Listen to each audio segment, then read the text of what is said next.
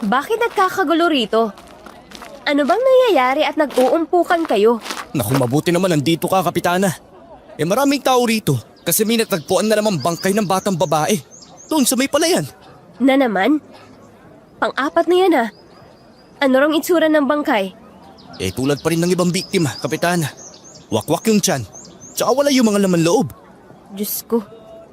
Kailan ba titigil ang mga ganitong karumal-dumal na insidente rito sa lugar natin? Kapitana, hindi lang ito simpleng krimen. Ayon sa mga sabi-sabi, aswang daw ang may kagagawan nito. Aswang? Oo, Kapitana. Sino pa bang gagawa ng ganito kabrutal na pagpatay sa mga bata rito sa atin, kundi aswang? Tsaka, may hinala na kami kung sino. Sino? Ang bagong salta rito sa lugar natin.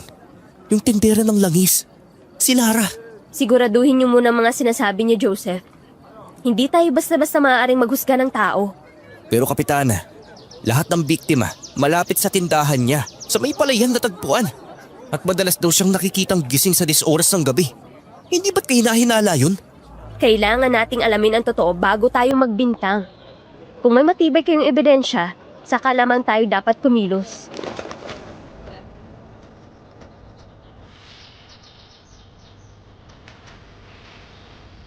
Magandang araw po sa inyong lahat. Itago niyo na lang ako sa pangalang Yolanda. Dati akong kapitana sa isang liblib na baryo sa isang probinsya sa Kabisayaan.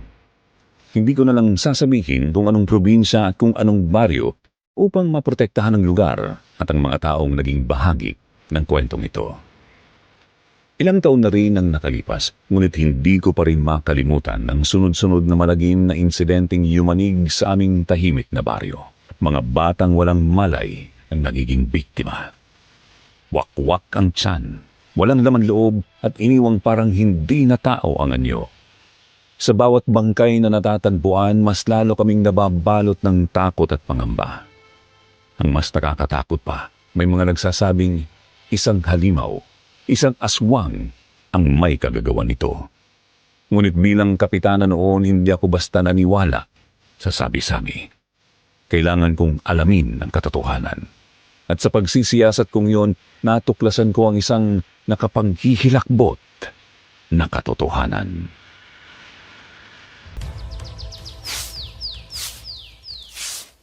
Mula nang dumating ang babaeng yun dito sa baryo natin, sunod-sunod na natatagpo ang bangkay ng mga batang babae. Malakas talaga ang kutob ko na siya ang aswang. Iyan din ang naiisip ko, Lydia. Dati naman tahimik ang baryo natin. Pero nang bigla na lang siyang sumulpot dito, nagsimula na ang mga patayan. Tama ka. At napansin mo ba? Kahit minsan, hindi siya lumalabas ng bahay kapag tirik ang araw. Pero kapag sumapit na ang gabi, saka lang siya nakikitang gumagala rito. Umagang-umaga, chismis agad ang inaatupag yung dalawa. Sino na naman pong pinag-uusapan nyo? Ay naku anak, porque ikaw ang kapitana rito, ganyan mo na ako pagsalitaan ha? Hoy Yolanda! Wala ka bang balak gumawa ng hakbang para mahuli ang aswang? Aba, ilang bata na bang nabuwis ng buhay dahil sa halimaw na yon? Kailan ka ba kikilos ha, iha? Wala naman po kasing basihan ng mga ibinibintang nyo. Pati ikaw, inay, nakikisaw-saw pa sa panghuhusgan nyo sa tao. Paano kung nagkakamali kayo? Paano kung inosente siya? Hindi ba mas masama kung pagdududahan yung isang tao dahil lang sa haka-haka? Paano mo ipapaliwanag ang pagkamatay ng mga bata, ha, Yolanda? Hindi mo kami masisisi kung pagbintangan namin ang bagong dating na yon. Hindi ka ba nagtataka? Mula nang dumating ang tendera ng langis na yon, laganap na ang krimen dito. Wala naman siyang kamag-anak o kakilala rito, di ba? Bigla na lang siyang lumitaw mula sa kung saan. Malamang, yung itinitinda niyang langis, baka langis yon para maging aswang. Alam mo yung ipinapahid ng manananggal sa katawan para mahati? Ganon! Pati ba naman paninda niya may nasasabi kayo? Mabisa nga yung mga langis niya na pangontra sa usog at iba't ibang karamdaman. Hindi ba napagaling na nun si Aling Ising? Oo, gumaling nga si Ising sa sakit niya sa puso. Pero ano ang kapalit? Natagpo ang patay ang bunso niyang anak na si Crisel. Siya ang unang batang babae na namatay dito. Baka naman nagkataon ng inay. Hindi yun nagkataon, anak.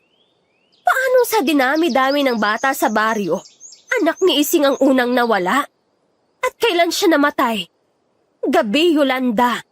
Gabi kung kailan din natin nakikitang gumagala ang tindera ng langis. Hindi mo ba nakikita ang koneksyon? Inay, alam kong natatakot kayo. Pero hindi pwedeng puro hinala lang ang panghawakan natin. Kung totoo ang sinasabi nyo, bakit walang nakakita sa kanya na gumagawa ng sinasabi niyong pagpatay? Bakit walang ebidensya? At ikaw naman po, Aling Lydia, huwag mo nang idamay ang nanay ko sa pambibintang sa kapwa.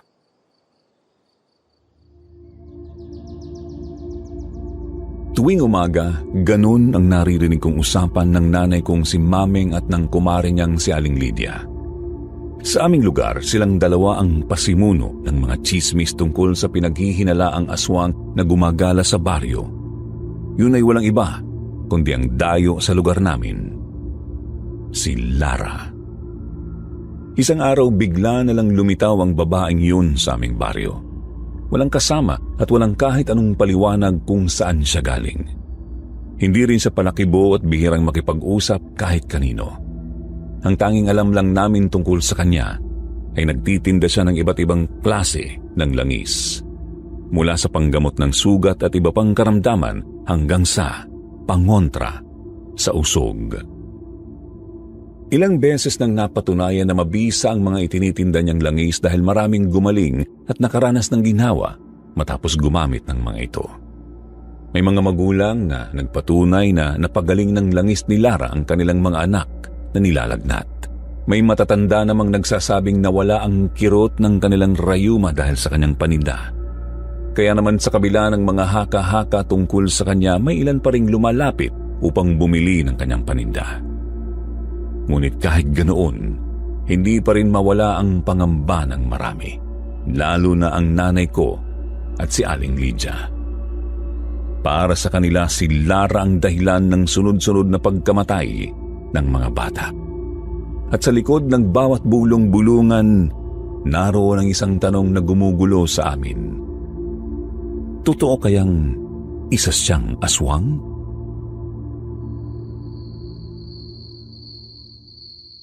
Hanggang ngayon ba'y wala pa rin nahuhuling salarin? Kapitan, naniniwala akong hindi tao may gawa nun. Sigurado ako.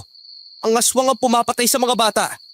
Hanggang ngayon ba'y pinagpipilitan mo pa rin na aswang ang may kagagawa ng mga patayan sa baryo natin? Nautukan na rin ng nanay ko at ng nanay mo sa kwento na may gumagalang aswang. At si Lara yun. Si Lara na wala namang ginagawang masama, taghahanap buhay lang sa lugar natin. Ilang beses ko nang sinabi sa inyo na huwag basta maniwala sa mga sabi-sabi, lalo na kung walang sapat na ebidensya. Kung huhusgahan natin si Lara na walang matibay na basihan, hindi ba tayo nagiging mas masahol pa sa aswang na sinasabi nyo? Naniniwala ako na aswang si Lara. Naikwento nga sa akin ni parang Timo na nakita raw niya si Lara na palakad-lakad sa palayan ng hating gabi. Sino matinong babae ang gagawa ng ganun? At ano ang ginagawa niya sa palayan sa ganung oras? Tsaka hindi lang yun Kapitana. May ilang residente na rin ang nagsasabi na nakakarinig sila ng kakaibang ungol ng hayop malapit sa bahay ni Lara. At kung mapapansin mo, sa palayan din natatagpuan ng mga bangkay ng mga batang biktima. Nakakaawa mo yung tsura nila. Parang pinaglaruan at tinanggalan ng lamang loob. O hindi ba dapat lang na pagdudahan siya? Nakita ba mismo ng kaibigan mo na nagpalit ng anyo si Lara? May patunay ba kayo na totoo ang mga bintang nyo sa kanya? Nasaan ang prueba? Oh, pwede ba Joseph? Kung puro sabi-sabit haka-haka lang ihaharap nyo sa akin, sinasayang nyo lang ang oras ko. Ang mabuti pa, atubagin yung mahigpit na pagpapatrolya sa gabi para mahuli ng totoong salarin. At mahinto na rin ang walang basihang paninisin nyo sa aswang na wala naman kayong sapat na ebidensya. Kung hindi kita mahal, hindi kita susundin, no? May sinasabi ka, Joseph? Wala, Kapitana. Ang sabi ko, higpitan na namin ang pagpapatrolya para mahuli na ang mga salarin. Sige po, mauna na ako. Kala ko may sinasabi ka pa eh. Sige na, magpatrolya na kayo para hindi puro aswang ang laman ng utak nyo. Sir Jupiter, kababata ko at isa sa mga tanod sa lugar namin si Joseph, ang anak ng tsismosang si Aling Lydia. Bata pa lang kami ay malapit na kami sa isa't isa tulad ng mga nanay namin. Isa rin kasi itong si Joseph sa naniniwalang aswang si Lara, pero hindi naman niya mapatunayan. Hindi pa man tapos ang kaso ng batang pinatay sa palayan kung saan malapit din ang tirahan ni Lara, nasundan na naman ito kinabukasan. Tingnan mo, Lydia. May pinagkakaguluhan na naman doon, no?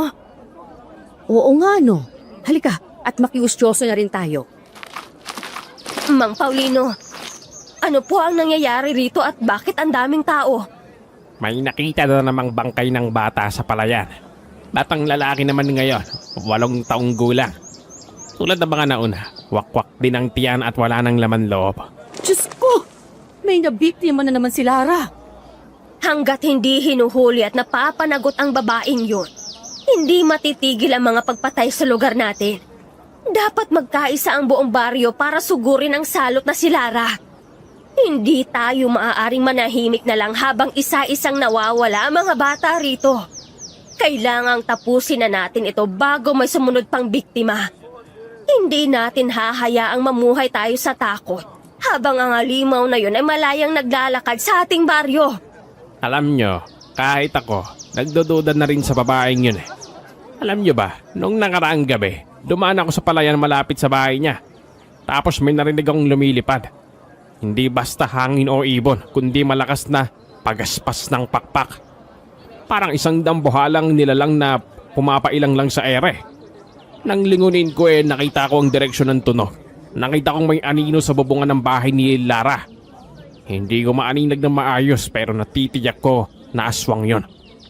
Lumilipad ba ka mo, Mang Paulino? At nakita niyong nakadapo sa bubong ng bahay ni Lara? Oo, Aling Mameng. Nakita ko mismo yun sa bubungan ng bahay ni Lara. Para itong nakayuko pero ang katawan hindi pang karaniwang tao. Mahaba ang mga braso at tila may matutulis na koko. Hindi yun nagtagal doon at muling lumipad palayo. Hindi ako maaaring magkamali.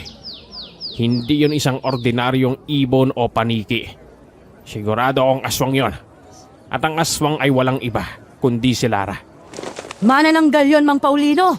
At ang manananggal ay walang iba kundi si Lara. Siya ang halimaw na bumibiktima sa mga bata. Dapat tayo magkaisa at panagutin siya bago may madagdag pang biktima. Sang-ayon ako riyan. Pero kailangan mong kausapin ang anak mong kapitana. Mame, siya mismo ang dapat manguna sa binabalak nating pagsugod sa bahay ni Lara. Huwag kang mag-alala. Kakausapin ko si Yolanda at kukumbinsihin ko siyang patawan ng parusang aswang na yon. Kailangan ng wakasan ang kasamaan niya bago mahuli ang lahat. Dahil may namatay namang bata, si Lara na naman ang pinagbuntunan ng sisi ng mga tsismoso at tsismosa. Kinagabihan, kinausap ako ni nanay tungkol sa balak nilang pagsugod kay Lara. Anak, may sasabihin ako sa'yo. Ano po yun ay? May plano ako at ang mga kapitbahay na sugurin si Lara sa bahay niya para tuluyan ng mapuksa ang salot na yun. At kailangan ka namin. Ang presensya mo ron dahil ikaw ang kapitana. Ayan na naman kayo, Nay. Hindi kayo dapat sumugod doon nang wala kayong konkretong ebidensya na si Lara nga ang aswang. Pwede niya kayong ireklamo kung hindi ninyo mapatunayan ang mga bintang ninyo sa kanya. At paano kung nagkakamali kayo? Paano kung inosente siya? Ang kailangan natin ay malinaw na investigasyon at hindi dahas. Ikaw ang kapitana sa lugar na to, anak. Kaya dapat ikaw ang manguna sa pagpapalaya sa baryong to mula sa takot at panganib. Kung hindi mo kami pangungunahan sa gusto naming mangyari, baka isipin ng mga tao na pinoprotektahan mo si Lara. Gusto mo bang mawala ng tiwala sa'yo ang buong baryo, Yolanda? Kilala niyo ako, inay. Kahit kailan hindi ako kakampi sa mali. Ang hinihiling ko lang ay mag-isip kayo ng mabuti bago gumawa ng hakbang na maaari ninyong pagsisihan sa huli. Basta, hindi na namin hahayaan pang may madagdag na biktima. Kung hindi mo kami pangungunahan, bahala ka. Pero hindi kami magsasawalang kibo. Susugurin namin ang aswang at susunugin siya para hindi na siya makabambiktima pa. Hindi ko napigilan ang planong pagsugod ni nanay kasama sina Aling Lydia, Mang Paulino at iba pa naming kapitbahay sa bahay ng tindera ng langis na si Lara. Latag na ang dilim nang maglakad sina nanay papunta sa bahay ni Lara na matatagpuan malapit sa palayan. May dala silang mga sulu, itak at buntot pagi. Handa na silang harapin ang tinuturing na salot ng baryo.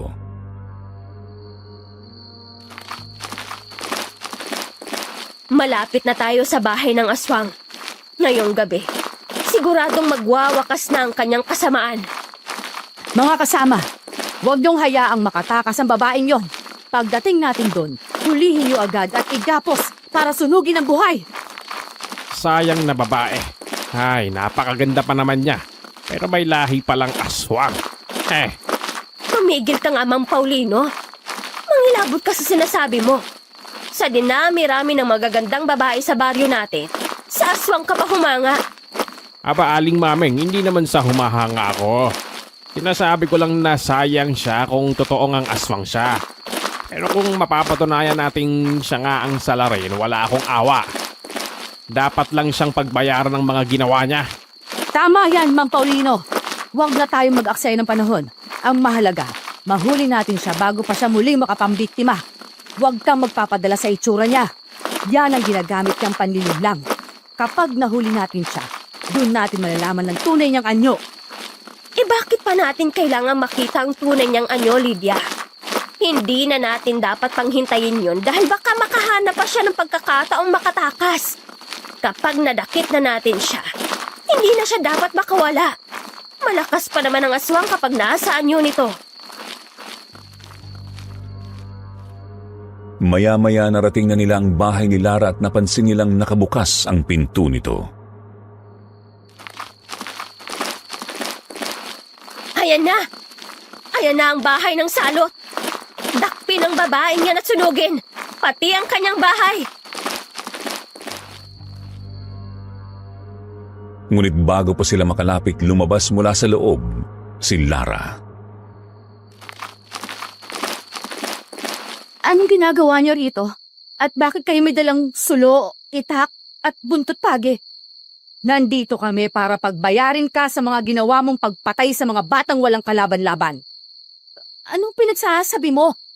Anong ako ang dahilan ng pagkamatay ng mga bata? Huwag ka nang magmaang-maangan. Alam na namin na aswang ka. Para hindi ka na makapambiktima, tatapusin ka na namin ngayon. Wala kayong karapatang pagbintangan ako sa kasalanang hindi ko naman ginawa. At anong sinasabi niyong aswang ako? May pruweba ba kayo? Kung pruweba lang ang kailangan mo, may ilalabas ako. Nakita kitang lumilipad sa labas ng bahay mo at nasaan yung aswang. Kaya huwag ka lang tumanggi. Nagsasayang lang kayo ng oras. Wala kayong patunay na aswang nga ako. Ikaw, tanda, nakita mo ba ako nagpalit ng anyo para makumpirma mong ako nga ang aswang na sinasabi mong lumilipad? Hindi na kailangan ng ebidensya. Isa kang aswang. Kaya sige, mga kasama, hulihin ang babaeng yan. Itali sa puno at buhusan ng gasolina para masunog. Hindi ako papayag na magpahuli sa inyo. Mamamatay na muna ako bago niyo ako masunog. Mga wala kayong utang na loob. Pagkatapos na mapagaling ng aking langis sa mga karamdaman ninyo at ng mga mahal sa buhay, pagbibintangan niyo pa ako ng masama. Ganon. Pues, humanda ka talaga sa kamatayan mo. Sige mga kasama, sunugin ang buhay ng babaeng yan. Bigla silang nakarinig ng isang pamilyar na boses na labis nilang ikinagulat. Itigil nyo na yan. Walang kasalanan si Lara sa inyo. Anong wala? Siya ang aswang na gumagala rito sa atin. Kaya nararapat lang na patayin siya. Dapat nga ay magpasalamat ka pa sa amin, Kapitana. Dahil kami ang gumagawa ng dapat, ikaw ang gumagawa. Kapitana, huwag ka nang mangialam kung ayaw mong manghanip ang posisyon mo sa lugar natin. Hindi po ako natatakot na mapaalis sa aking posisyon kaysa gumawa ng mali na pagsisisihan ko sa huli. Tama si Kapitana. Kaya inay, Aling Maming, Mang Paulino, itigil niyo na to. Napakabalimbing mo talagang bata ka. Noong una, kapanalig ka pa namin at naniniwala kang aswang si Lara. Pero ngayon, binabaliktad mo na kami? Nagkamali ako, inay, sa aking pag-uusga. Tama po si Kapitana Yolanda. Hindi natin dapat pagbintangan si Lara.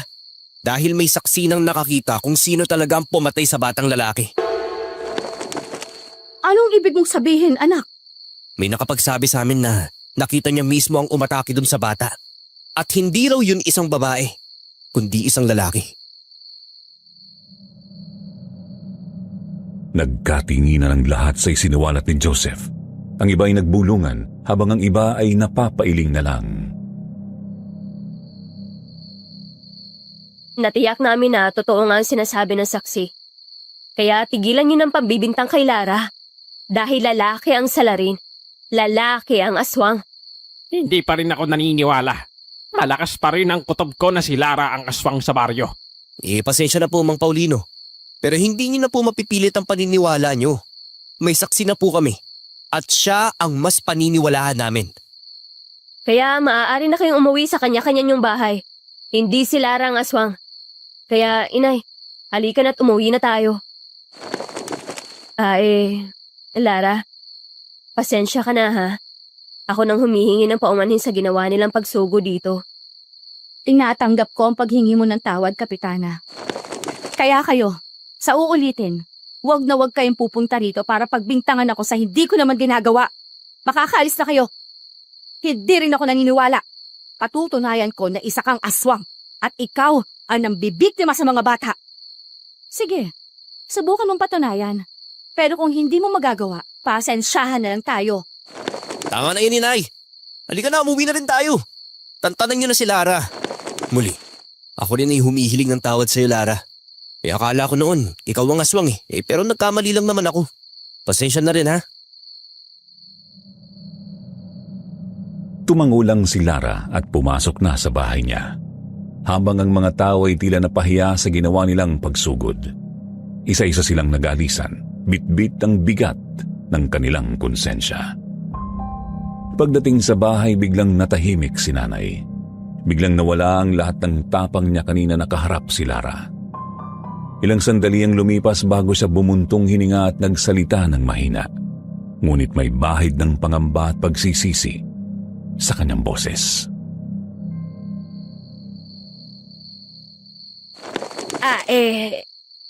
Patawarin mo ko, anak. Nagpadala ako sa emosyon ko at sa paniniwala kong si Lara ang aswang. Yun naman pala, lalaking aswang na bumibiktima sa mga bata. Ikaw kasi, inay. Nagpadalos-dalos ka nang hindi mo muna inalam ang totoo. Sa susunod, siguraduhin mong may sapat kang ebidensya bago ka magbintang. Totoo ba talaga yung sinabi ng saksi nyo na lalaki ang aswang? Opo, inay. Kitang-kita po niya kung paano sinakmal ng aswang sa leeg yung bata.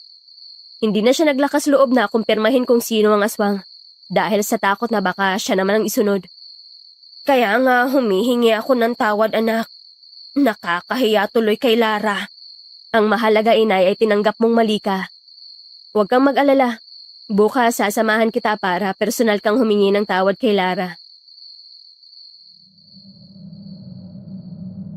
Mabuti naman at tinanggap ni nanay na nagkamali siya.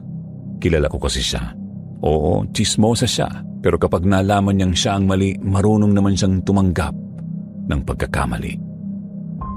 Nang gabing yun, mahimbing na akong natutulog nang bigla akong gisingin ni nanay. Anak! Anak! Gising! Gumising ka! Oh. Bakit, inay? Anong problema? Anak, may naririnig akong lumilipad sa labas ng bintana. Mukhang nasa labas ang aswang na nakita ni Mang Paulino. Ano? Agad naming pinuntahan ang bintana, Sir Jupiter. Nanlaki ang mga mata namin nang may makita kaming nakasilip mula roon. Kitang-kita namin ang aswang. Nakakatakot ang mapupulat na nilisik nitong mga mata, pati ang mahaba nitong dila na parang ahas. Nakasilip ang aswang sa bintana at pinagmamasdan kami. Diyos ko. Totoo nga na may aswang. Anak, baka makapasok dito sa bahay ang aswang. Nilakasan ko ang loob ko. Hindi ako pwedeng magpatangay sa takot kaya sinigawan ko ang aswang. Hoy aswang! Umalis ka rito sa bahay namin. Hindi ka makakapasok rito. Hinding-hindi ko yan hahayaan. Anak, huwag mong sigawan ng aswang. Baka mas lalong magalit at pasukin tayo rito sa loob ng bahay. Inay, kung mananahimik lang tayo, baka lalo tayong lapitan yan. Mas mabuti nang ipakita nating hindi tayo natatakot sa kanya. Ngunit matapos ang ilang sandali biglang umalis ang aswang at lumipad palayo. Dinig na dinig namin ang malakas na pagaspas ng mga pakpak nito. Yun ang manananggal, anak. Nakita mo ba na kalahati lang ang katawan niya? Mukhang tayo ang punteriya niya. Kailangan nating maglagay ng bawang at asin sa mga bintana at pinto. Hindi siya dapat makalapit sa atin. Hindi siya basta-basta makakapasok dito sa bahay, inay. Huwag kang matakot. Hanggat nakasarado ang mga pinto at bintana, ligtas tayo. Hindi sapat na nakasarado lang ang mga pinto at bintana. Dapat maglagay din tayo ng mga pangontra sa aswang. Tulad ng bawang, asin, kalamansi at luya, at buntot pagi. Mas makatutulong ang mga yun sa atin. Opo, inay. Gagawin ko yan. Magbubudbud ako ng asin at maglalagay ng bawang sa bawat sulok ng bahay natin. Lalo na sa mga bintana at pinto. At saka wag mo akong iiwan, anak, ha? Tabi tayo sa pagtulog. Baka kasi bumalik ang aswang na yun eh. Hindi ko alam kung anong gagawin ko kung bigla siyang sumulpot ulit sa bintana. Oo naman, inay. Doon ka na sa tabi ko matulog para hindi ka matakot. Huwag kang mag-alala. Babantayan kita. Sir Jupiter, sa pagpapakita ng aswang sa aming mag-ina may kung anong pumasok sa isip ko. Bakit mahaba ang buhok ng manananggal na nakita namin? Mabuti na lang at hindi yun napansin ni nanay, kung hindi ay baka muli na namang mabuhay ang hinala niya na babae ang aswang. Ang sabi ng saksi na nakausap namin ni Joseph, lalaki raw ang aswang. Pero bakit nang makita ko ito, mukha itong babae at napakahaba pa ng buhok? Magdamag kong inisip ang tungkol doon kaya hindi ako nakatulog. Si nanay naman ay hindi rin nakatulog sa kaba at takot.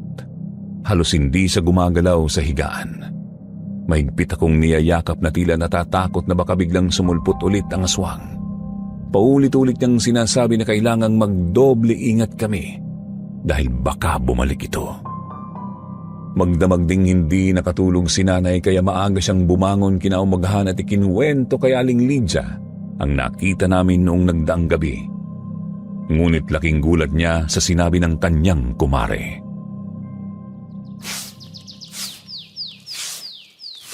Ano?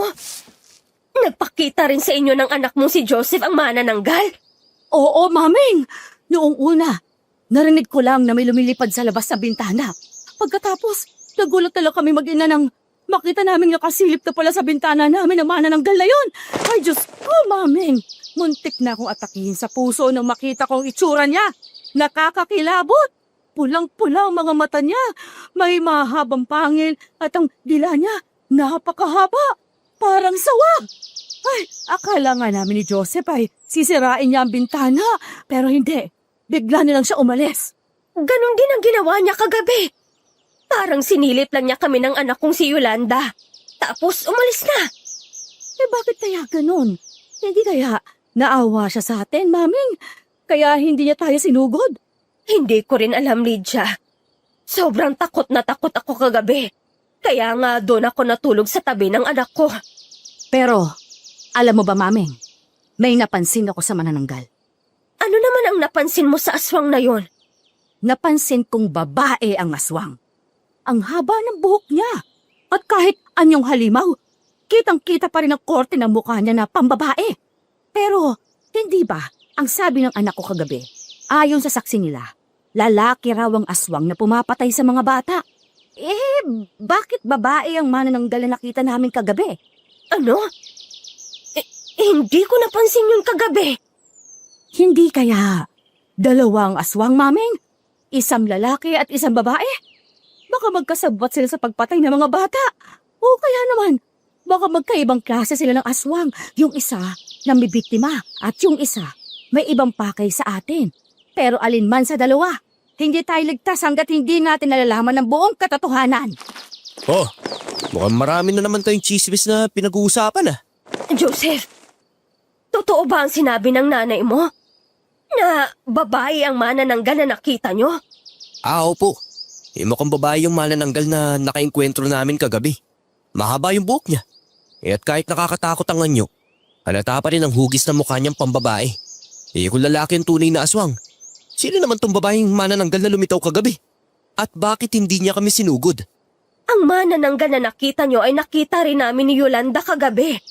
Nakasilip siya sa bintana at pinagmamasdan kami. Talaga po? Nagpakita rin sa inyo ni Kapitana ang aswang? Oo, pero hindi rin kami sinugod. Bigla na lang siyang umalis. Nachismis mo na pala sa kanila ang nangyari sa atin, inay. Sinabi ko lang naman sa kanila ang naranasan natin, di ba? Okay lang ba kayo? Aling Maming, Kapitana Yolanda. Ayos lang naman. At saka hindi naman kami sinaktan ng aswang. Tila nga nagmamadali pa siyang umalis. Para bang may hinahabol o may iniiwasan. Para siyang may ibang pakay pero nagdalawang isip nang makita kami. Kaya hindi ko maintindihan. Kung siya nga ang pumapatay sa mga bata, bakit hindi niya kami inatake? At kung hindi siya ang may gawa ng mga pagpatay, sino ang tunay na salarin? Nasa ganoong usapan kami nang biglang may marinig kaming sigawan mula sa malayo. Ano kaya yun? Hindi kaya may nabiktima na namang bata ang aswang? Tara, puntahan natin!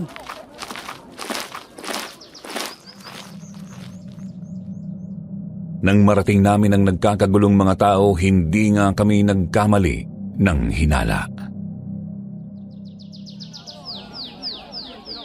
Sus Mariosep! Kawawa naman ang sinapit ni Tina.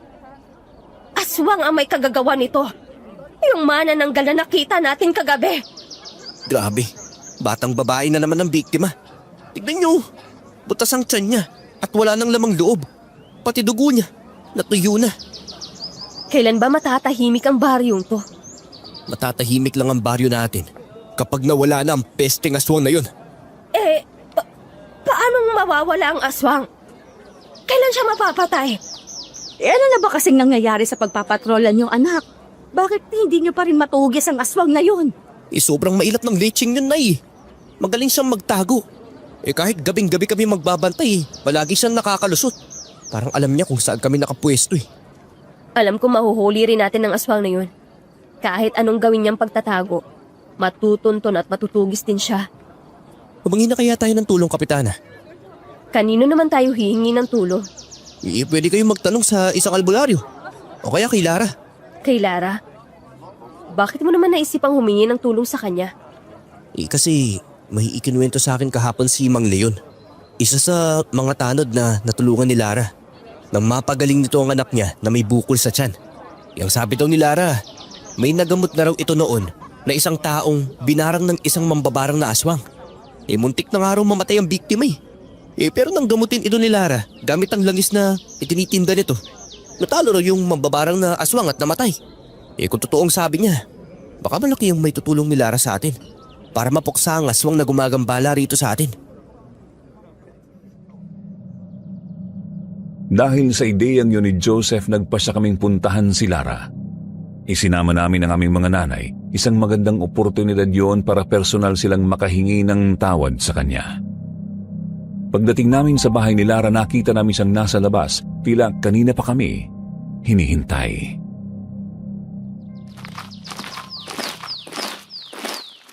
Alam ko kung bakit kayo naparito. Wala pa man kayo rito, naaamoy ko na ang gusto niyong malaman. Halika kayo, tuloy kayo sa bahay ko. Paano mo nalaman ang sadya namin sa'yo? Hindi ako basta tindera lang ng langis, Kapitana. Marami akong nagagawa na hindi nagagawa ng ordinaryong tao. Dahil isa rin akong albularya.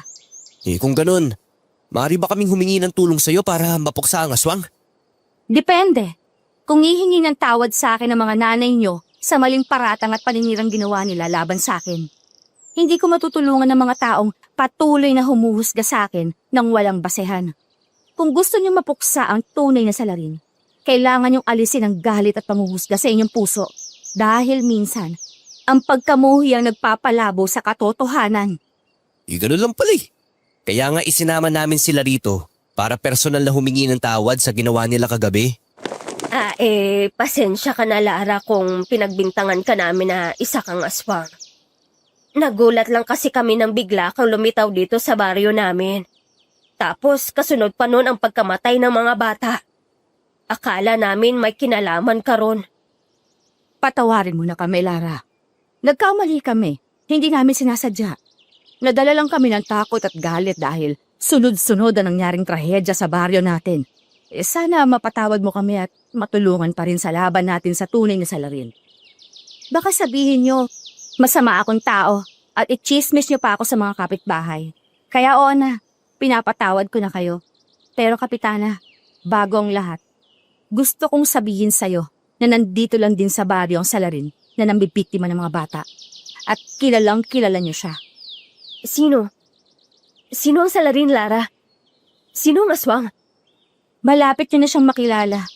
Malapit nang mahubad ang kanyang maskara na puno ng pagpapanggap.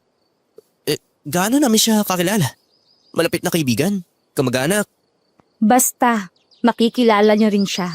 At kapag nangyari yon, katapusan na rin ang kasamaan niya. Sisiguraduhin ko yan. Sandali, may ibibigay ako sa inyo. Saglit siyang pumasok sa bahay at pagbalik ay may iniaabot siyang isang maliit na bote na may lamang langis. Ano ang langis na to? Ipahid nyo sa inyong balat ang langis na yan. Malaki ang magtutulong yan para malaman nyo kung sino ang salarin. Paano man makakatulong ang langis na ito para malaman kung sino ang aswang? Ipahid nyo ito sa inyong katawan araw-araw. Kapag uminit ang langis sa balat ninyo, ibig sabihin, malapit lang sa inyong salarin. Madali nyo na siyang mauhuli kapag nagkataon. Gaano naman ka-epektibo ang langis na yan? Malalaman nyo kapag ginamit nyo na. Magkano mo naman binibenta yan, Lara? Huwag kayong mag-alala. Libre ko nang ibinibigay yan sa inyo. Gusto ko rin makatulong para mahinto na mga pagpatay sa mga inosenteng bata dito sa baryo. At para hindi na rin ako mapagbintangan na ako ang salarin. Maraming salamat, Lara. At pasensya ka na ulit sa nangyari kagabi. Kinalimutan ko na yon. Ang mahalaga ngayon ay mahuli na at mapanagot ang totoong salarin. Pagkagaling namin sa bahay ni Lara, nakasalubong namin si Mang Paulino. Abay, saan kayo nang galing? Parang doon kayo nang galing sa bahay ng tindera ng langis ah. Nagkaroon ba kayo ng pag-uusap? Nagkabati-bati ba? Akala ko ba, Aling Mameng, Aling Lydia, sama-sama nating pababagsakin ng babaeng yun. Pero bakit parang nag-iba ang ihip ng hangin? Kasi 'di ba, ang sabi ng anak ko'y lalaki ang aswang at hindi babae. Kaya yun, nagpunta kami kay Lara para personal na humingi ng tawad dahil pinagbintangan namin siya. Oo nga, Ma'am Paulino. Alam kong galit tayo noon kay Lara. Pero nagkamali tayo. Napaniwala tayo ng takot at mga sabi-sabi. Kaya nang malaman naming may saksi na nagsasabing lalaki ang tunay na aswang, naisip naming humingi ng tawad kay Lara. Hindi na natin dapat ipagpilitan ang maling hinala. Lalo na't baka siya pa ang makakatulong sa atin laban sa tunay na halimaw. At naniwala naman kayo sa sinabi ng saksi na yon. Mga wala kayong isang salita. At ikaw naman, Kapitana, hindi ko akalaing mabilis kang bumigay. Tingnan natin kung magiging mabango pa rin ang posisyon mo kapag nalaman ng mga taong galit kay Lara na kinakampihan mo siya. Mang Paulino, unang-una, hindi na patunayan na si Lara ang aswang. Pangalawa, sinabi na ng saksi na lalaki ang aswang, kaya absuelto na si Lara dahil siya ay babae. Pangatlo, walang kampihan na nangyayari. Ang totoo, kayo ang may kasalanan sa kanya. Dapat lang na humingi rin kayo ng tawad tulad ng ginawa ng nanay ko at ang nanay ni Joseph. Ikaw, Mang Paulino, kailan ka hihingi ng tawad kay Lara? Kahit kailan, hindi ako hihingi ng tawad sa babaeng yon. Pwe! Dahil para sa akin, siya ang aswang na gumugulo sa baryo. Yun lang at tatawa-tawa niya kaming tinalikuran at naglakad palayo. Kung hindi lang matanda yun, pinatulan ko na siya. Hayaan mo na siya. Tara, umuwi na tayo.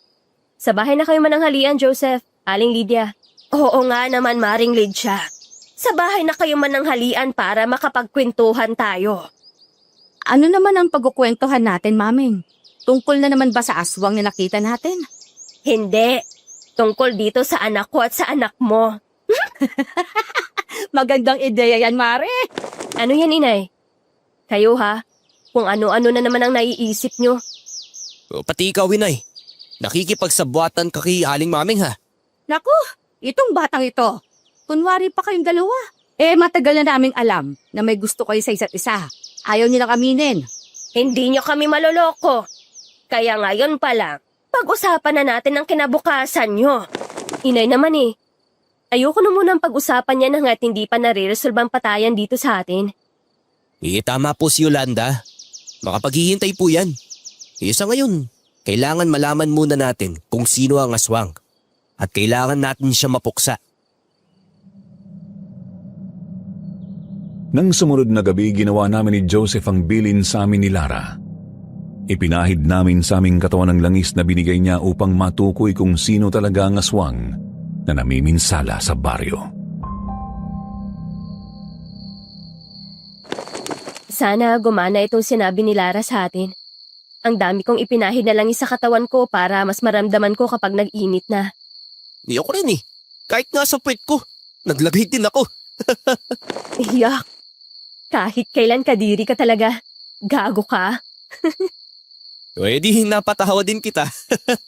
Napakaseryoso mo kasi dyan eh. Sino ba naman kasi ang hindi magsiseryoso? Nakaka-alarma na talaga ang nangyayari rito sa atin. Ako pa naman ang kapitana rito.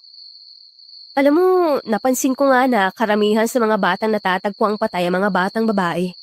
At halos pare-pareho ang paraan ng kanilang pagkamatay. Puro wakwak ang tiyan at nawawala mga laman loob. Napansin ko rin yan. Tsaka parang 2 beses lang na ibabalita ang tungkol sa nangyaring krimen dito sa atin eh.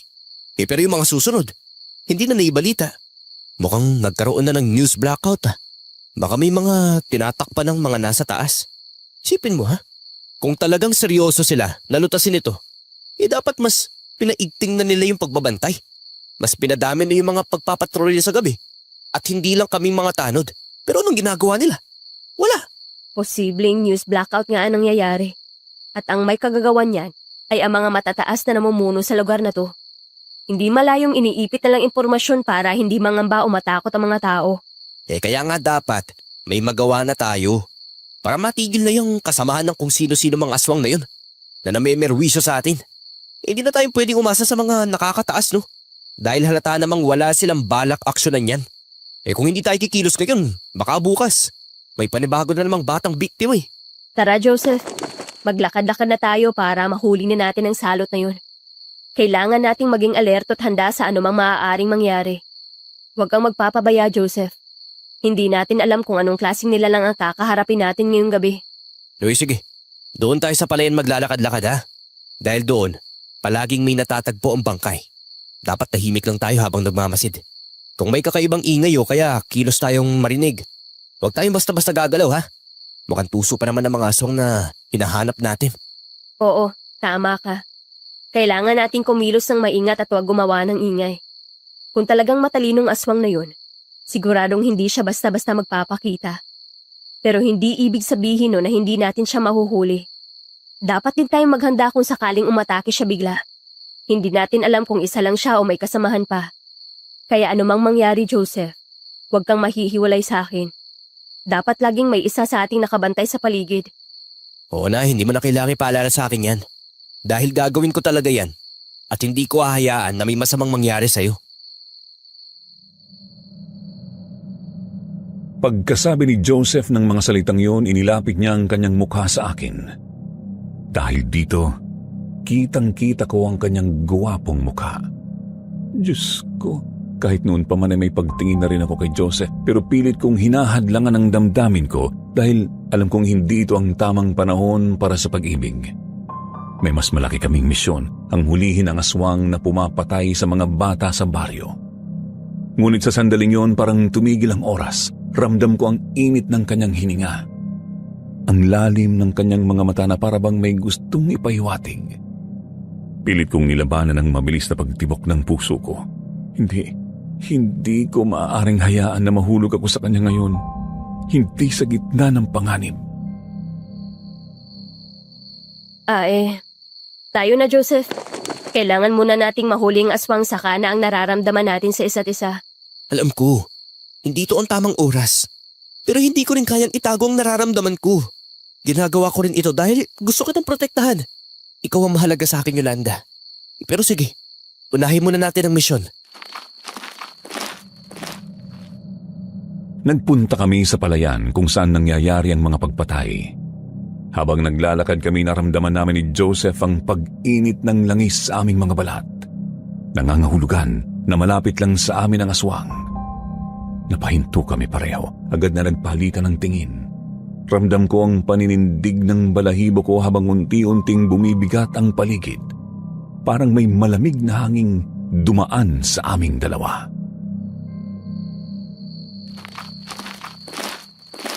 Ang init na ng pakiramdam ko, Joseph. Tumalab na ang langis na ibinigay sa atin ni Lara. Oo, at nasa paligid lang ang aswang. Kailangan natin maging alerto. Huwag kang bibitaw sa tabi ko, ha? Baka mamaya, bigla niya tayong natakihin. Pero, isang bagay lang sigurado. Hindi tayo aalis dito nang hindi natin nalalaman kung sino o ano talagang nasa likod ng mga pagpatay. Ilang sandali lang bigla naming narinig ang malakas na sigaw ng isang batang babae mula sa di kalayuan. Narinig mo yun, Joseph? Sigaw yun ng isang batang babae. Oo, mukhang may bibiktimahin na naman ang aswang. Tara, puntahan natin. Sinundan namin ang pinagmula ng sigaw hanggang sa makarating kami sa gitnang bahagi ng palayan malapit sa bahay ni Lara. Nagtago muna kami para hindi kami makita ng kung sino man ang naroon. Joseph, ayun ang bata. Umiiyak siya. At yun din ang aswang. Papalapit na siya sa bata. Tama ang sinabi ng saksi. Lalaki nga ang aswang. Pero tingnan mo. Parang matanda na siya. Pero teka, parang kilala ko yun. Sir Jupiter, hindi ako maaaring magkamali. Kilalang kilala ko ang lalaking nakita namin na tangkang aatake sa batang babae sa palayan. Natatamaan ng liwanag ng buwan ang kanyang mukha kaya malinaw ko siyang nakita. Napansin din namin na may hawak siyang palakol at dinig na dinig namin ng mga sinabi niya. Si Mang Paulino sa rin. Hindi siya aswang. Isa siyang matandang manyakis. At pagkatapos kong biyakin ang katawan mo, kukunin ko ang mga laman loob mo para akalain ng mga tao na aswang ang may gawa nun sa'yo. Lusot na naman ako.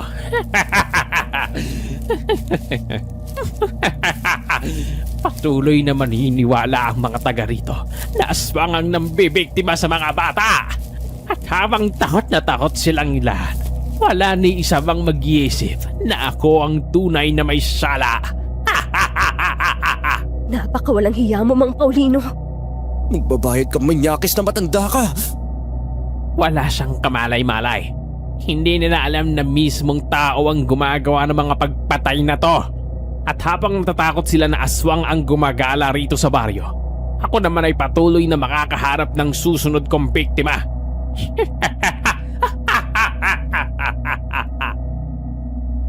Sa natuklasan namin, binalot kami ng matinding galit. Lumabas kami ni Joseph mula sa aming pinagtataguan at hinarap ang matandang manyakis. Ikaw palang salutan ng bibiktima ng mga bata, Mang Paulino? Ginamit mo pa ang aswang para pagtakpan ng kasamaang ginagawa mo. Ayop ka, matanda ka! Hindi ka na naawa sa mga batang naging biktima mo. Manyak ka! Anong ginagawa niyo rito? Paano niyo ako nasundan? Hindi mo na kailangan malaman pa, Tanda. Ang mahalaga, nahuli ka na namin sa akto. Wala ka nang kawala. Matagal mo nang niloloko ang buong baryo.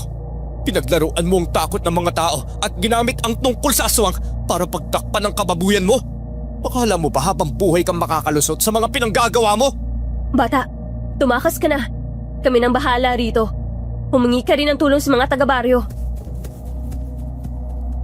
Tumango sa akin ang batang babae bago mabilis na tumakbo palayo sa palayan. Ang tapang nyo ah. Akala nyo ba? Madali nyo akong mapapabagsak? At ano ngayon ang balak nyo? Isusumbong ako?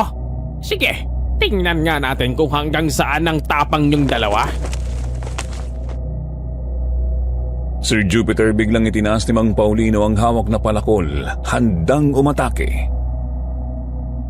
Wala dapat makaalam ng lihim ko. Ngayong alam nyo na, patatahimikin ko rin kayong dalawa. Sinugod niya kami gamit ang hawak ng palakol. Ang kanyang mga matay nagliliyab sa galit at pagkabaliw. Mabilis siyang humakbang papalapit. Itinaas ang palakol, handang ibaon ito sa amin. Agad kaming napatras ni Joseph pero hindi kami maaaring umatras ng tuluyan.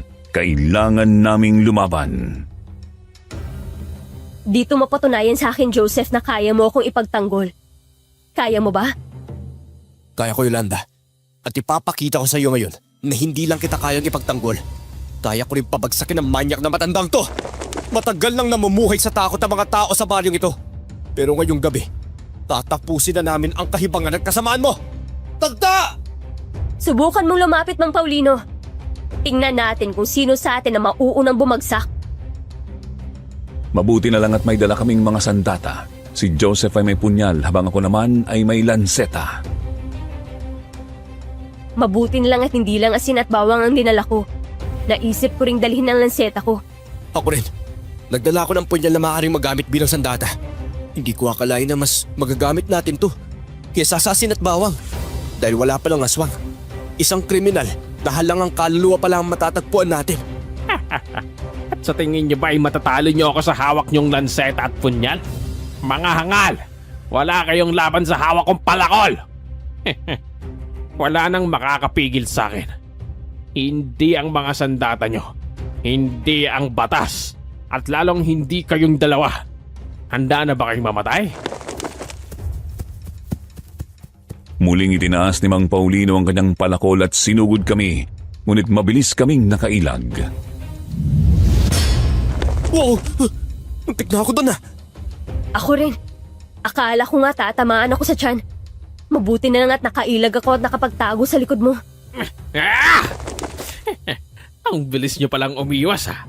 Pero hanggang kailan kayo iiwas sa palakol ko? Mga wala naman kayong binatpat. Lalo ka na, Kapitana. Akala ko ba matapang ka? Pero heto ka ngayon tumatakbo, umiiwas at nagtatago sa likod ng kasama mo. Nasa na ang tapang mo, ha? Hindi mo ba kayang ipagtanggol ang sarili mo? Nakakatawa ka, Yolanda. Pinapangunahan mo ang baryong ito. Pero ngayon isa ka lang duwag na naghihintay sa sariling kamatayan. Sa sinabi ng matanda ay nagpanting ang tenga ko, Sir Jupiter. Ramdam ko ang init ng dugo ko na parang sasabog na sa galit. Sino siya para tawagin akong duwag? Sino siya para laitin ako habang siya mismo ay isang duwag nagtatago sa likod ng kasinungalingan at kababuyan niya? Anong sinabi mo, Tanda? Ngayon, tingnan natin kung sino talaga ang duwag. Gamit ang lanseta, sinugod ko siya kahit may hawak siyang palakol na gawa kong sugatan ng kanyang braso. Buwisit kang babae ka! Papatayin kita! Inihataw niya sa akin ang palakol ngunit mabilis itong napigilan ni Joseph matapos niyang sugatan ng matanda sa bintig gamit ang punyal. Natumba ang matanda kaya nabitawan ito ang hawak na palakol. Lintik kang lalaki ka. Isa ka pa. Nagalit niyo talaga ako. Pus, sa susunod kong pag-atake, wala na kayong kawala. Kahit sugatan, nagawa pa ring makabangon ni Mang Paulino at dinampot ang palakol. Muli niya kaming sinugod at sa pagkakataong yun, mabilis niyang naibaba si Joseph dahilan upang mabitawan ito ang hawak na punyal. Joseph, mag-ingat ka!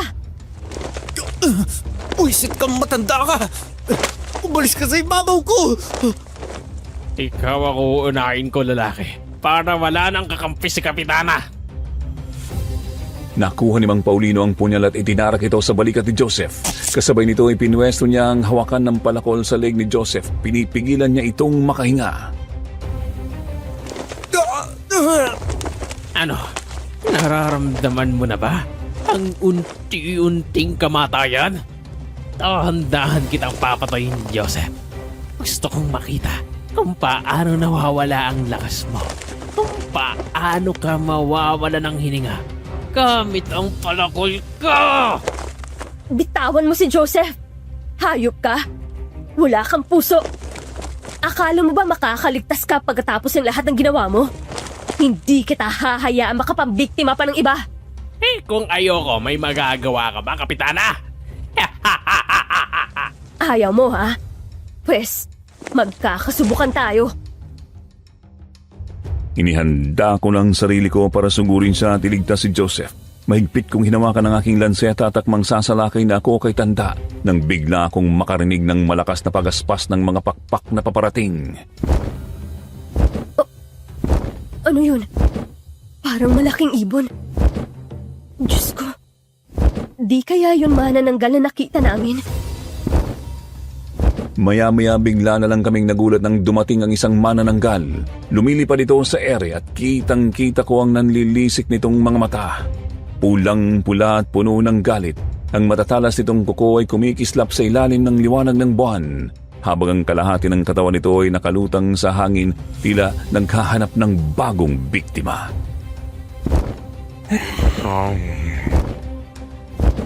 Ang manananggal. At siya yung nakita namin ni nanay na nakasilip sa bintana namin. Siya rin ang nakita namin ni nanay. Nakasilip sa bintana ng bahay namin. Yolanda! Hindi rin ako maaaring magkamali, Joseph. Siya talaga yun. Ibig sabihin, matagal na niya tayong minamanmanan. Pero bakit? Anong gusto niya sa atin? Hindi ko alam. Pero kung matagal na niya tayong minamanmanan, ibig sabihin, may dahilan siya. Baka may mas malalim pa siyang pakay sa atin. Manananggal! Ibig sabihin, totoo palang may aswang na gumagala dito sa baryo! Hindi niya ako dapat makita! Ayoko maging pagkain ng manananggal! Kailangan ko makatakas rito! Mabilis na tumayo si Mang Paulino at tinangka niyang tumakas, ngunit bago pa siya makatakbo, bigla siyang dinagit ng manananggal.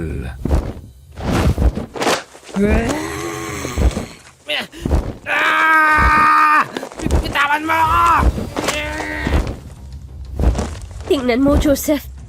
Dinagit ng manananggal si Mang Paulino. Oo nga. Parang isang papel lang siya na hinablot ng manananggal. Wala man lang siya nagawa. Nagulat na lang kami ni Joseph sa sumunod na nangyari. Habang lumilipad ang manananggal sa ere at dagit ang matandang manyak ay nilapa niya ito.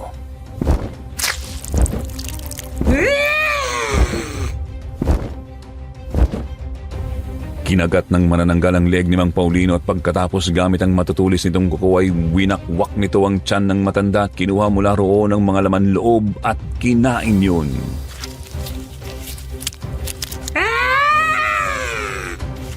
Diyos ko. Kinakain na ng manananggal ang mga laman loob ni Tanda. Ang brutal, grabe. Para lang siyang hayop na nilalapa ng manananggal. Hindi ko alam kung matutuwa ako dahil sa wakas ay natapos ng kasamaan ni Mang Paulino. O mas dapat tayong matakot dahil baka tayo na ang isunod ng halimaw na yan. Kailangan nating umalis dito bago niya pa tayo mapansin. Yolanda! Baka hindi lang si Mang Paulino ang gusto niyang lapain ngayong gabi. Kaya tara na!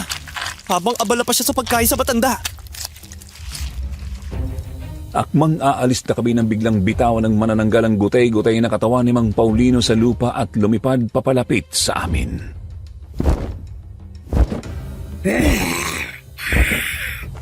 Naloko na! Nakita na niya tayo! Takbo!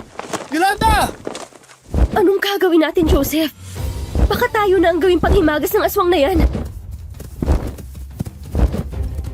Tumakbo kami ni Joseph ng mabilis, pilit na tinatahak ang makikitid na pilapilang palayan. Ramdam ko ang panlalamig ng aking katawan sa sobrang takot, habang sa likuran namin ay dinig na dinig ang malakas na pagaspas ng pakpak ng manananggal. Palapit ng palapit. Hindi ko alam kung saan kami pupunta, basta ang alam ko lang hindi kami maaaring huminto. Isang maling hakbang lang at kami ang susunod niyang bibiktimahin. Huwag kang hihinto sa pagtakbo, Yolanda. Malapit na niya tayo maabutan. Napapagod na ako, Joseph. Hindi ko na alam kung hanggang kailan ko pa kakayanin. Ang bilis niyang lumipad. Kahit anong takbo natin, parang lalo lang siyang lumalapit. Joseph, kung mahuli man tayo, hindi ako papayag na mamamatay ng ganito. Kailangan nating lumaban. Hindi. Yolanda, hindi tayo pwede sumuko. Kung lalaban tayo, kailangan natin makahanap ng paraan para mapatay ang manananggal. Kung ito na yung huling laban natin, sisiguraduhin kong hindi tayo basta-bastang magiging pagkain niya. Maganda ka, Yolanda. Kung hindi tayo makakatakas, lalaban tayo hanggang dulo. Nasa bulsa pa rin naman natin yung mga dala nating pangultra kasi at bawang, di ba? Habang hingal na hingal kami sa kakatakbo, bigla kaming nagulat nang magsalita ang manananggal. Tumigil na nga kayo sa katatakbo. Nagsalita yung manananggal. Pinapahinto tayo. Huwag kang makikinig sa kanya, Yolanda! Ilalansi niya lang tayo! Hindi ko kayo nilalansin. Tumigil kayo sa pagtakbo. Kapitana, Joseph, hindi ako kalaban. Sa sinabi niya, napahinto kami sa pagtakbo. Nang lingunin namin siya, nakita naming naroon na rin ang kalahati ng kanyang katawan at bigla siyang nagbago ng anyo. Nanlaki ang mga namin ni Joseph nang makilala namin kung sino talaga ang manananggal. Lara, ikaw ang manananggal? Ibig sabihin, totoo nga ang bintang ng mga tao sa'yo. Tama sila. Isa kang aswang. Ikaw ang manananggal. Totoo ang sinabi ni Mang Paulino na may nakita siyang lumilipad malapit sa bahay mo. Yun pala, ikaw ang nakita niya. Oo, ako nga ang manananggal. Ako ang nakita ng matandang yon na lumilipad malapit sa bahay ko. Ako rin ang nakita nyo na nakasilip sa bintana ng bahay nyo. Kung ganun, bakit hindi mo kami inatake? Isa kang alagad ng dilim. Bakit hindi mo kami sinaktan? Bakit ka umalis? Dahil hindi ako katulad ng iniisip nyo. Hindi ako masamang manananggal. Kahit kailan ay hindi ako nanakit o pumatay ng tao dahil yon ang itinuro sa akin ng yumao kong mga magulang. Ang huwag manakit ng mga inosenteng tao. Pinuntahan ko kayo sa mga bahay nyo para bigyan lang ng leksyon ang mga nanay nyo dahil sa ginawa nilang pambibintang sa akin. Yun lang. Wala akong balak na masama sa inyo. Kung totoo yan, bakit hindi mo sinabi sa amin nung humingi kami ng tulong sa'yo? Bakit mo itinago ang katauhan mo? Hindi ko sinabi sa inyo ang totoo kong pagkatao. Dahil alam kong kahit anong paliwanag ko, hindi nyo ako matatanggap. Ang mga ordinaryong tao na tulad nyo ay natatakot sa tulad ko. Kahit wala akong ginagawang masama, lagi na lang akong hinuhusgahan. Tulad ng ginawa ng mga nanay nyo at ng mga tao rito sa baryo. Pero sana naman, sinabi mo sa amin para maunawaan ka namin, Lara. Hindi nyo pa nga alam ang totoo, pero nahusgahan nyo na ako. Paano pa kung malaman nyo ang buong katotohanan, hindi ba? Kaya pinili kong itago ito pansamantala. Pero heto na, nalaman nyo rin, dahil wala na akong ibang pagpipilian. Kailangan na masugpo ang totoong salot na pumapatay sa mga inosenteng bata dito sa baryo. Nakikita nyo naman kung sino talaga ang salarin. Si Mang Paulino. Matagal ko na siyang sinusubaybayan, kaya ako nagpakita ngayong gabi. At ako na rin ang tumapo sa kasamaan niya. Isa siyang manyak na pedophile. Ano? Pedophile si Mang Paulino? Kadiri talaga matandang yun. Akala mo mabait, yun pala'y isang demonyo. Napakasama niya. Ginamit pa niyang aswang para pagtakpan ng mga ginagawa niyang kahayupan. Kung hindi mo lang siya pinatay, Lara, kami mismo ni Yolanda ang tatapos sa buhay ng hayop na yun eh. Hindi ko maisip kung ilang bata pang maaaring maging biktima niya bago pa natin malaman ang totoo. Tama ka, Joseph. Hindi ko rin matanggap na buong akala natin isa siyang mabuting mamamayan sa baryong to. Yun pala, Napakahalang ng bituka ng matandang yun. Nakakapanginig ng laman. Ilang inosenteng bata pa kaya madudungisan ng demonyong yun kung hindi natin natuklasan ang lihim niya. Kung nalaman lang natin ito ng mas maaga, baka nailigtas pa natin yung ibang bata na naging biktima niya. Hindi natin maibabalik ang mga nangyari na, Kapitana. Ang mahalaga, natuldukan na ang kasamaan niya at wala nang inosenteng bata ang magdurusa sa kanyang kamay. Alam kong mahirap tanggapin ang katotohanan, pero sana, sa halip na puro pagsisisi, gamitin natin ito bilang aral na hindi lahat ng halimaw ay may matutulis na pangil at matatalas na kuko. Ang iba, nagtatago sa anyo ng tao, nagpapanggap bilang mabuting mamamayan.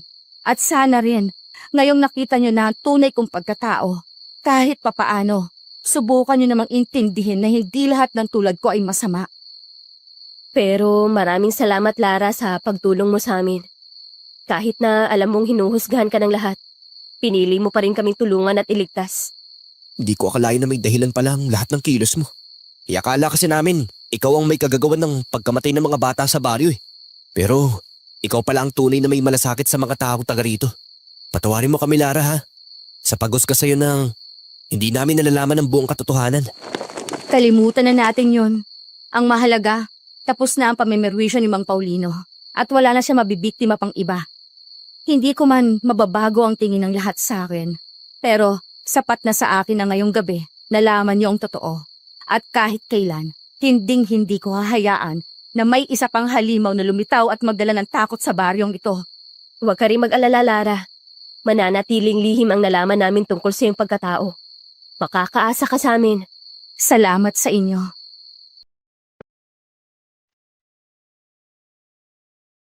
Mula noon, natahimik na ang aming baryo. Natigil na ang mga pagpatay matapos matagpuan ang wala ng buhay na katawan ni Mang Paulino. Ang akala ng iba, isa rin siya sa naging biktima ng aswang, ngunit ang hindi nila alam. Ang totoong aswang mismo ang tumapos sa buhay ng demonyong matanda. Sir Jupiter, nang matapos ang kaguluhan sa baryo, pinag-usapan naman namin ni Joseph ang tungkol sa aming dalawa. Dahil pareho naman kami ng nararamdaman sa isa't isa, ay nauwi kami sa seryosong relasyon. Hanggang sa di nagtagal ay nauwi rin sa kasalan. Sa ngayon, mayroon na kaming 4 na anak at naninirahan pa rin kami dito sa baryo. Kahit hindi na ako kapitana, masaya na ako sa pagkakaroon ng sariling pamilya kasama ang aking asawa at mga anak. Si Lara ay naging matalik naming kaibigan at hanggang ngayon, patuloy pa rin siyang nagtitinda ng langis na patok sa mga taga rito. Ang nanay ko naman at ang nanay ni Joseph na si Nanay Lydia ay magkatulong sa pag-aalaga ng kanilang mga apo. Hanggang dito na lamang po at maraming salamat. Kung mayroon kayong mga katanungan tungkol sa akin o sa aking kwento, maaari niyo po itong ilagay sa comment section. Kung maswerte mang mapili ang aking kwento. God bless po sa inyong lahat.